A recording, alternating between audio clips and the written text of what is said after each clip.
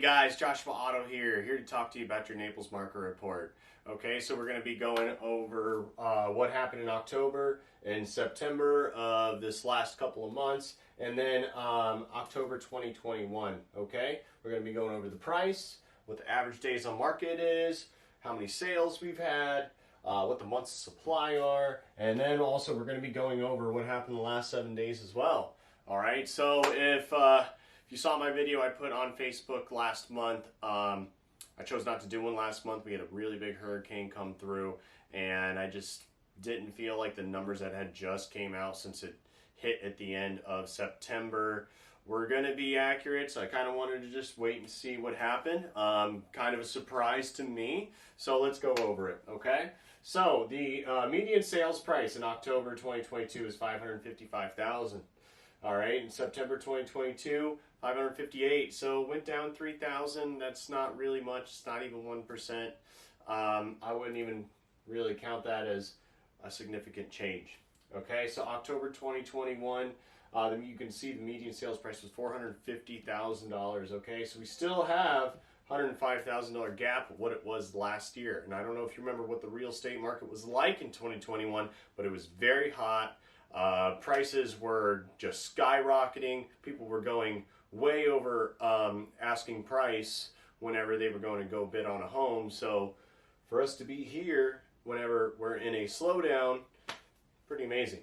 Okay, so let's look at the average days on market. All right, so this is definitely showing that homes are staying on the market longer. It's not as competitive as it used to be. All right, so we have October 2022, 29 days. September, 27 days, and last year was 7 days. All right, so 7 days, that is lightning fast to be on the market. Okay, that is insanely fast.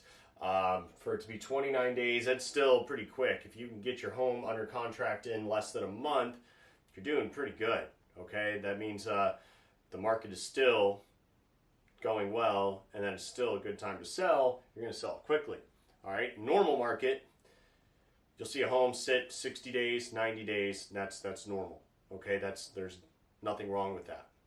All right, so 29 days average on market, that's still pretty good. Number of sales, so October 2022, we had 633 sales. September 2022, 548, so jumped up almost 90 sales from the last month.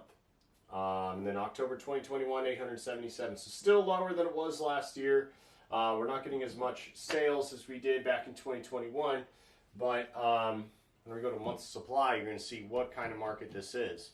All right, so months of supply simply means that you take how many homes are for sale and you divide that by how many sales that you had in the last month. All right, so October 2022, 2.5 months supply. So take that number, 633, times it by 2.5, that's how many homes you have. All right, September 2022, 2.4. October 2021, 1 month. That is extremely low, what it was in 2021. 2.5 month supply, still very low, still considered to be a seller's market. You want to see that number around 6 months for it to be an even market. Anything above that is going to be a buyer's market. Okay, so you get into 7 month supply, you're definitely in a buyer's market. Back in 2019, even 2020, we were in a 7 month supply. And things were still going very quickly. All right, it was just easier for a buyer to go find a home. All right, so now let's look at what happened the last 7 days. Okay, so new listings, we had 699 new listings hit the market in Naples, 737 of them went pending, and we had 545 sales. Okay, so we're still getting more pending than hitting the market, but this number, I'm looking at it every day. It's relatively staying the same, guys. I mean, it's staying, I've seen it where it's sometimes you get more new listings than pending, sometimes you get more pending than new listings. It's pretty even. And at that rate, if they stay even, this number's not going to change. It's going to stay in that 2.4, 2.5 month supply unless this starts drastically changing here. All right, now we had more sold or less sold than new listings.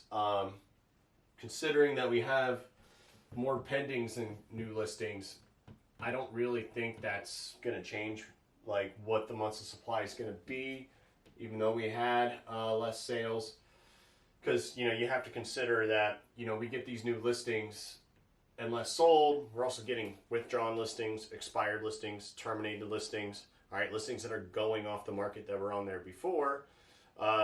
Simply could be because the seller changed their mind, or they could have had hurricane damage. We had a lot of withdrawn listings after Hurricane Ian, all along the coast, all in Cape Coral, Fort Myers Beach, basically all Lee County. Lots of withdrawn listings, okay? So it could be because of that. Expired, could have been that they were just overpriced. They weren't able to sell within that contracted date in the listing agreement. Or could just be that they terminated the listing and just decided that it just wasn't working for them and they wanted to take it off the market. Okay? So, that being said, what does it mean for a buyer or seller? All right, so for a seller, you're looking at this month's supply. It's still a great time to sell, guys. 2.5 months. That's still very competitive. Still means that we still have buyers in the market that are looking to buy. 29 days on market. That's still good. That's still very quick. We are past the time where your first day on market, you're getting 40 showings and 20 offers, and all of them are above asking price. Those days are over. You're not going to see that anymore. Unless you're priced just incredibly low compared to your competition, then you might see that. All right. But unless you're doing that, you're going to be looking at something like this. And this is getting towards to be a normal market.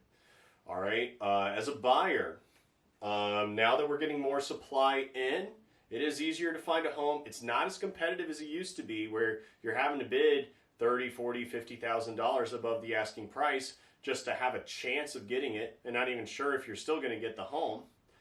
Now, interest rates are going up, but there's always the possibility, especially with months of supply, that this number keeps going up.